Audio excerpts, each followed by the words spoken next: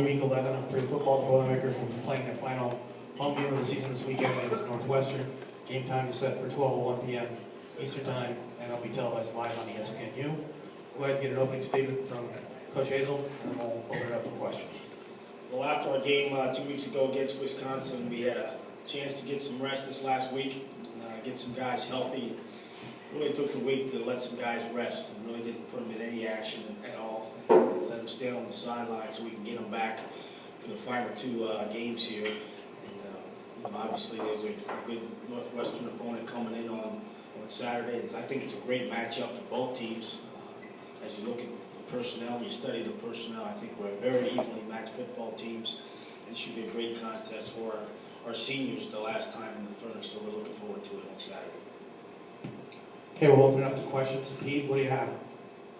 Yeah, hey, Darrell, I guess the first question is, when you look at Northwestern, they've had some impressive wins, including a couple days ago, and then some kind of disappointing defeats. If you look at it, what concerns you, and can you explain that inconsistency, which I know is it's not your team, but such a disparity in excellence and struggle? Well, you look at their football team, and it starts with their quarterback. I think he's an excellent player. I think he's so efficient. I went through the cut-ups yesterday and kind of timed the amount of time he holds the ball. It's less than 2.5 seconds does he have the ball in his hands. So that makes him really, really effective. Teams don't get to him. They really don't. And you're hoping you get a four-man pressure. You can't bring a fifth guy. And he finds the open guy. And it really starts with him. And then they got a nice little freshman running back who's really running hard. He's got some quickness in the hole. And those two guys really make their offense go. And I think they're playing well defensively. There's no big names on the defense, but they play well with each other. And that's why they've been so effective in some of those big games. Yeah, when you pick a quarterback that gets rid of the ball so quickly, is the tight coverage, is that a key to trying to contain us? It's going to be tough to really put much of a pressure on him. Yeah, I think you can't give him open lane throws because he'll find them and hit them. I think you do have to put a little bit of pressure on the wideouts outside, but he does a good job of throwing it down the field with those back shoulder throws. So you got to be careful as there as well. So I think it's very important to mix it up and make sure he sees a couple different looks. And we got to do a great job up front with some of those front four guys. And the game, I know it's been a couple of weeks, but the game that Landon had, when you look at, consider that, what need for him the rest of the way?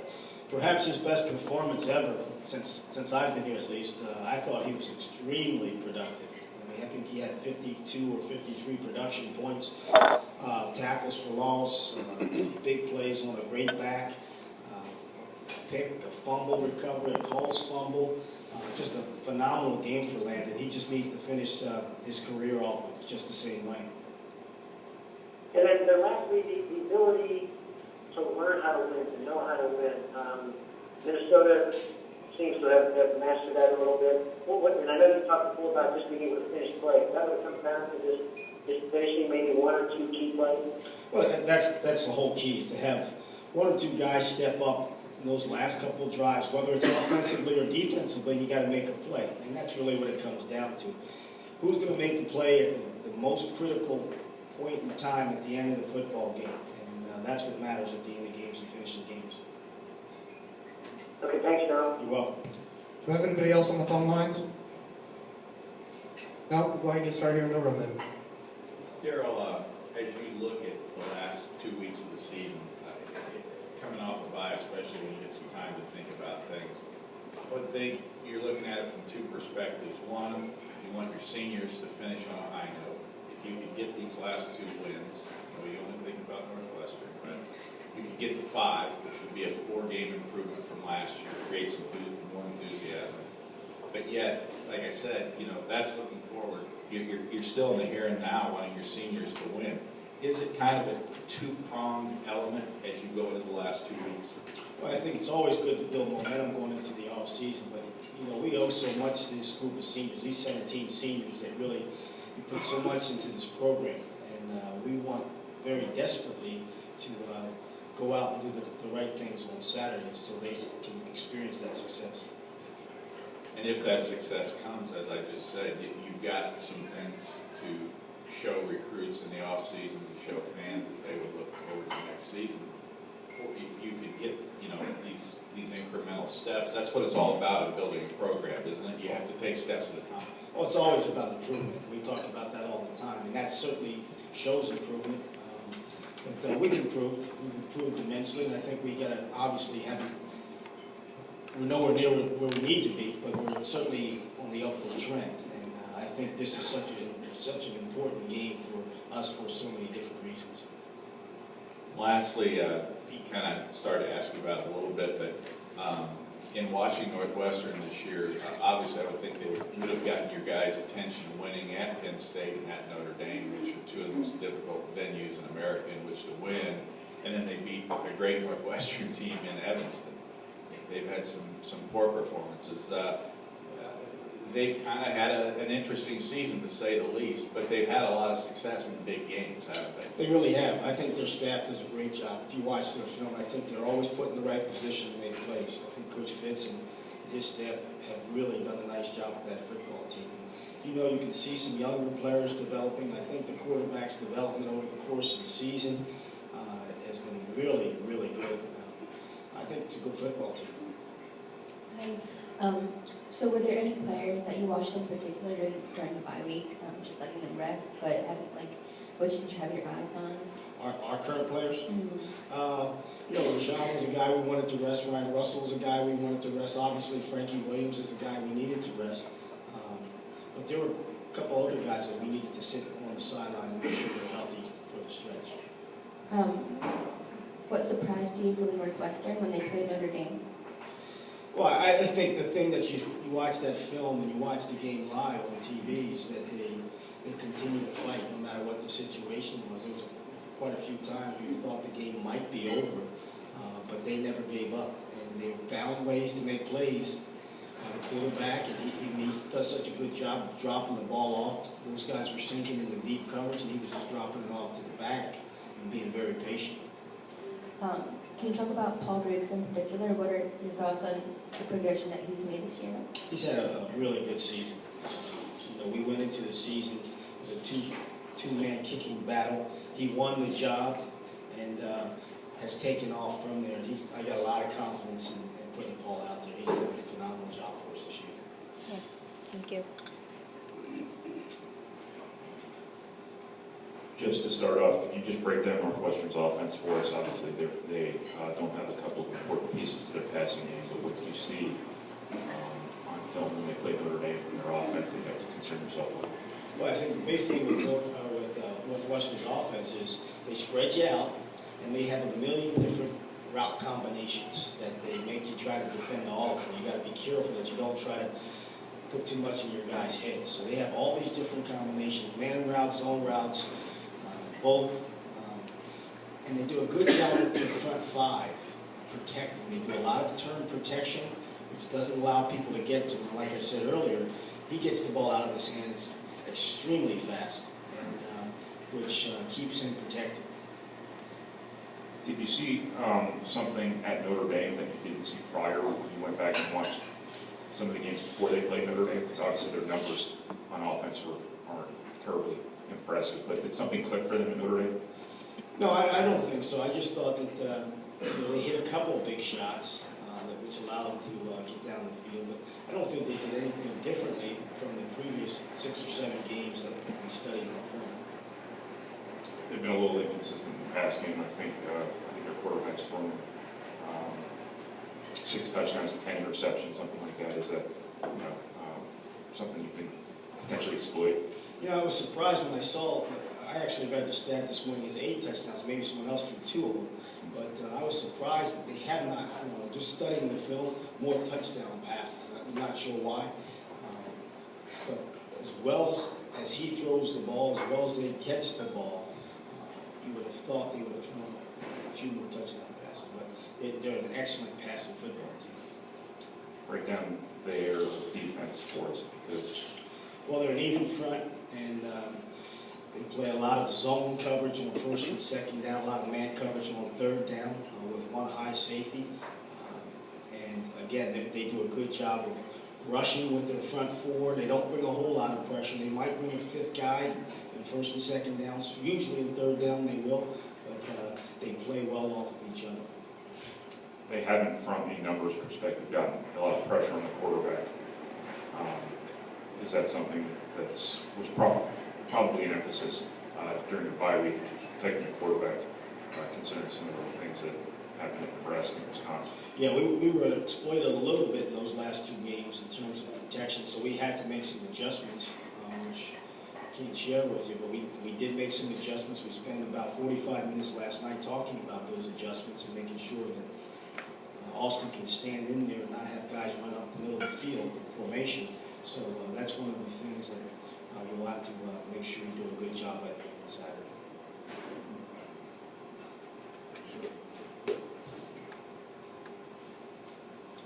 Good afternoon.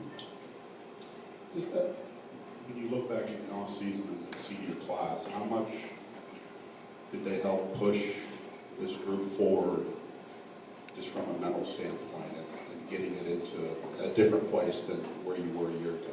These were a great group of young men. Their football was very important to them. School was very important to them. Their teammates were very important to them. These are some special guys, and you really have some serious admiration for these guys that are right now, our seniors. You'll miss these guys for sure. Well, you made an emphasis after last season to sit down with every player, but what did you learn maybe from the senior group that you didn't know when you first got here? Well, I think they care. I mean, I think that's the biggest thing. They care about everything that they're involved in. And you watch them go out into the community. They do that because they feel that it's important to them. You watch them prepare for games. It's because it's important to those guys. This is a group of young men who care about their surroundings and people that are in their surroundings. When you look at the last two games, you've made progress this year in a lot of areas, but do you need wins these last two games to validate what you guys have, the movement that you guys have made this year? You always need wins. I mean, that's what you do. That's why we're in the business, to win a football game. We're doing everything we can to make sure we give our guys the best opportunity to win. And obviously, sometimes you fall short. But we're in the business of winning, and that's what we're going to try to do Saturday. If you don't get these wins, does it slow your progress at all? I don't even want to talk about not getting those wins. I'm going to try to get those wins.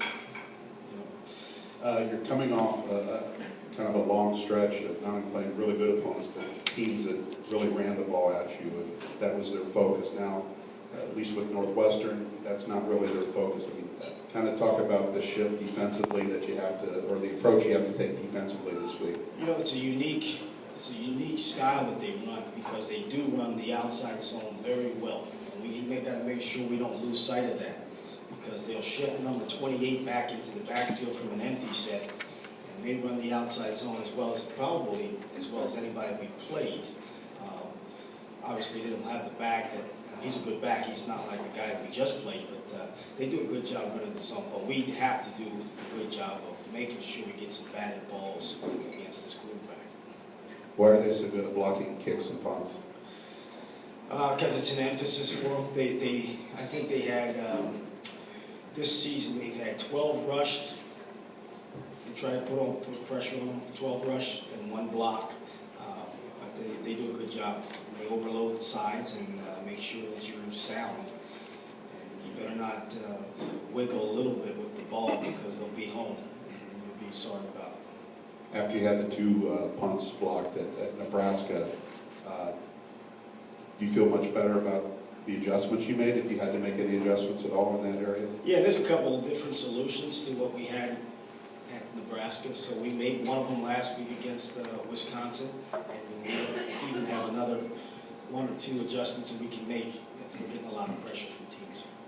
Just from a wide receiver standpoint, you got the freshmen, Trey and Gregory, a lot of snaps last week. As you look at this week, how much will they be involved? And kind of, does D'Angelo still have the same role going into this week that he had prior games? You're going to see those young guys probably more so. And we'll put a gauge on it the rest of this week. But right now, if we were to play today, we would start Trey, we would start Greg. But we'll see how that goes throughout the rest of the week. What will the pregame We're going to have the young underclassmen take the field, probably about 20 minutes or so prior to kickoff, and then we'll hold the seniors in the tunnel. We'll have their parents out on the field, and then they'll run out with a rose for their parents. Hakeem Hunt, you talked about obviously quite a bit this year, but his maturation, even in the last 2 years since you've been here, I mean, players, his teammates have talked about how he was maybe a little bit of a me guy, and he's really transformed into a team guy. Have you seen that growth from him? Oh, absolutely. He's definitely a different guy than he even was last year in terms of, the importance of trying to move this program forward with the people around him. And he's done a great job for us this year. Like I said before, I'm proud of him, and I'm happy for his success.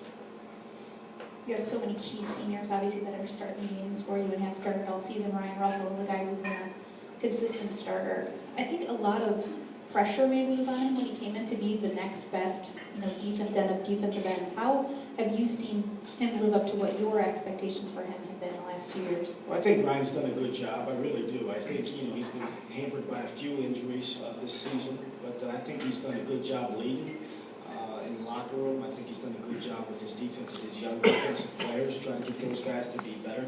So I'm pleased with the way Ryan's helped us. Has he been as consistent as you would like from a production standpoint or a motor standpoint? It all depends on, if you look at consistency in terms of what we're asking him to do. Now, a lot of times you play run teams, he's not going to have those numbers that a lot of people like to see. Those 2 and 3 sacks and tackles, all those things. But when you play good running football teams, if you're holding the point and forcing the run back to your help, that's his job. And he's done that? And he's done that, yeah. You spoke about it a little bit, but in terms of buying in, we always hear that kind of term for this senior class specifically. Did you see a shift for them at the end maybe of last year where because the season was so tough and they knew that they needed to maybe get everybody kind of on the same page? I really felt the shift when we got back off of the Christmas break with this group of guys, probably in January when we started working back together. And, just like I said before, just the importance of everything to these group of guys. And they've stuck to it no matter what's happened. They have not wavered their commitment. And that's why you really have a lot of appreciation and respect for these guys. In terms of the injured guys then, do you expect all of them to play this week? Frankie, Howard, Russell? The only guy that's questionable right now is Danny Monteroso. He's the only guy that's questionable. Frankie's probable. He's cleared his test, and he has not had any reoccurring symptoms.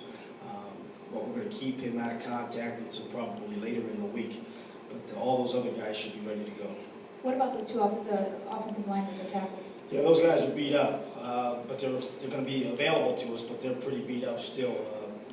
Serm's got a little bit of a groin, and JJ has 2 shoulders that he's dealing with. So hopefully between the 2 of those guys, we can get a full game out of them. Knopf? Do you know Knopf if he would be available this week? BJ is not available this week. Considering Northwestern does the spread, is it possible we could see Frankie with Taylor and Landon at the same time? You will see those 3 on the field together. We're going to put Frankie back outside as a corner and play Landon and Taylor inside of the safety spot. How do you think that Landon responded to being taken out of the starting lineup a couple games ago? You know the answer to that question. I do. Well, obviously, he had a very productive day at Nebraska, then came back and had a great day against Wisconsin. So the answer to your question is he's responded very well. I need you to answer that, though. Okay. What's Carlos Carvajal's progress right now? It looked like he did some things last week in practice. Yeah, he's coming along. I think he's probably 3 or 4 weeks away from probably being at pretty close to 100%. We're putting him in some individual drills, no team activities yet, but he's making some significant progress. You need him back kind of fully by the spring? Is that the goal then? We need him. We'd like to have him back 100% by this spring, yes. I only use the word need because you're losing your 3 top tight ends. We're losing 3 good players in the tight end room, so we're going to be a little bit thin in the springtime. Did you do anything different with the helmets this week, or was the uniform combination? black with the helmets. And the reason, we were going to go black, but just at our last meal, I talked to some of the seniors, and they're really, the last chance potentially to wear that gold helmet was very important. Can you just talk about the progression of Raheem since you've gotten here and what you've seen from him all the way up through the season? Well, Raheem is a guy, another team player. He wants to do anything he can do to help us be successful. He shared the role as the tailback this year, and he's obviously done a good job of returning kicks for us, but you can't get enough of those types of guys in your locker room, guys that are around them are important too. We've talked all season about how close this team is to putting a full game together. Does it seem closer now than it maybe was a couple weeks ago? No, I think so. But it comes down to me, a full game together means being able to make those plays that you need to make those plays. We played two very good football teams the last couple of weeks, which the harder the football team is, the harder to make those plays. But we need to be able to do that going down the stretch, be able to play for 4 quarters with all 3 of our units and playing lights out football. And just with Frankie Williams probable this week, if he can go, do you think he'll be back returning punts, or is that something that you don't want to put him out there? No, we're going to hold him on the punt return duty for this week. We use Landon back there as well as Miles, and just use Frankie at the corner spot. Anything else for Coach? Appreciate your time, Coach.